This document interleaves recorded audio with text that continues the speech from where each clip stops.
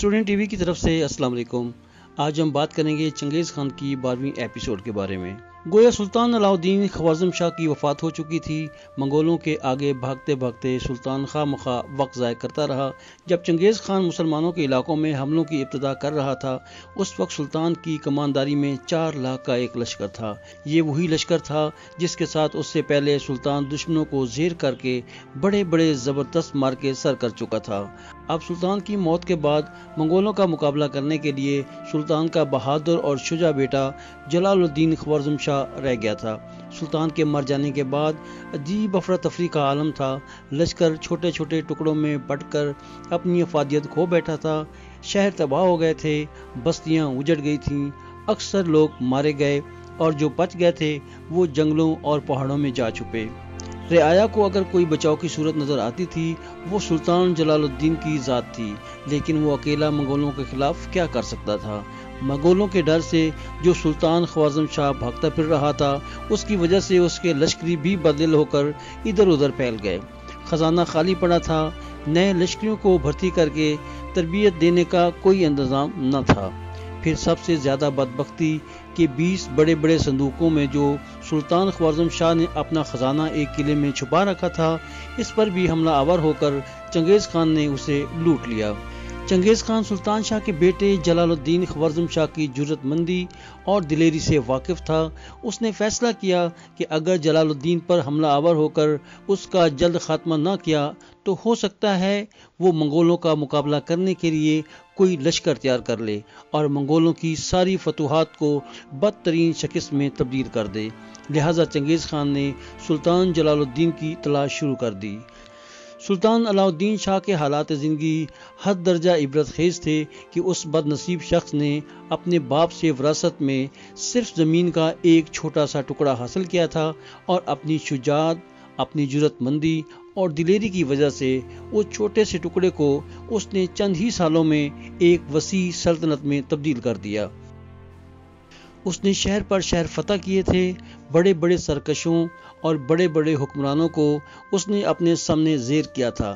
اگر صرف فاتح ہونے کے ساتھ ساتھ وہ تھوڑی سی سیاسی بصیرت بھی رکھتا تو اس کا انجام اتنا عبرتناک نہ ہوتا اور نہ عالم اسلام کو ایسے برے حالات کا سامنا کرنا پڑتا۔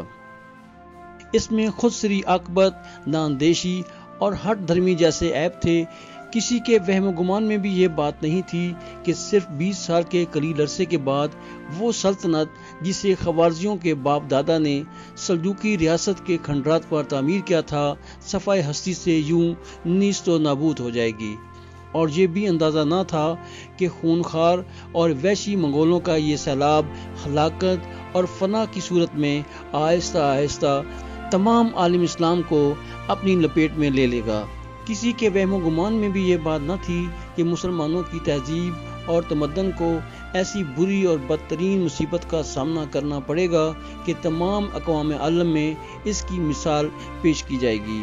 عالم اسلام میں 600 سال کے عرصے میں ملت اسلامیہ کے لیے جو تہذیب و تمدن اور علوم کے عالی شان محل تعمیر کیے تھے، منگولوں نے علاء الدین شاہ کی بزدلی کی وجہ سے ان کی اینٹ سے اینٹ بجا کر رکھ دی اور کتب خانے اور اس طرح کی تہذیبی اور ثقافتی مرکز تباہ کر کے ملیا میٹ کر دیے تھے۔ 12 برس تک چنگیز خان مسلمانوں کے علاقوں میں خون خرابہ کرتا رہا، جس میں کم و بیش 1 کروڑ انسان وحشی اور درندہ نوا منگولوں کے ہاتھوں موت کے گھاٹ اتار دیے گئے۔ علم و ادب کے بڑے بڑے مرکزی شہر نیست و نابود کر دیے گئے۔ منگولوں کے مقابلے میں سلطان علاء الدین کا طرز عمل انتہائی نفرت کے قابل تھا۔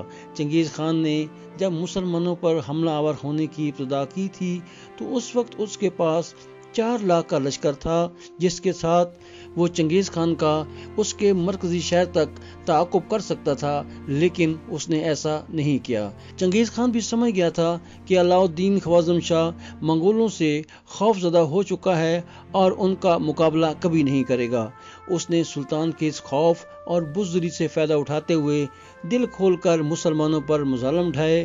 مرو اور نیشا پور جو خراسان میں علم و فنون، صنعت و حرفت اور تجارت کے مرکز تھے اور جن کی آبادی 13-14 لاکھ سے کم نہ تھی، تباہ اور برباد کر کے رکھ دیے۔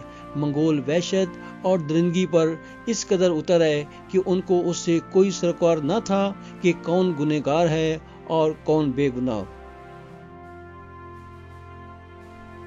ناظرین، ہمارے چینل کو سبسکرائب اور لائک ضرور کریں تاکہ آنے والی قسط آپ کے پاس بغیر تاخیر کے پہنچ سکے۔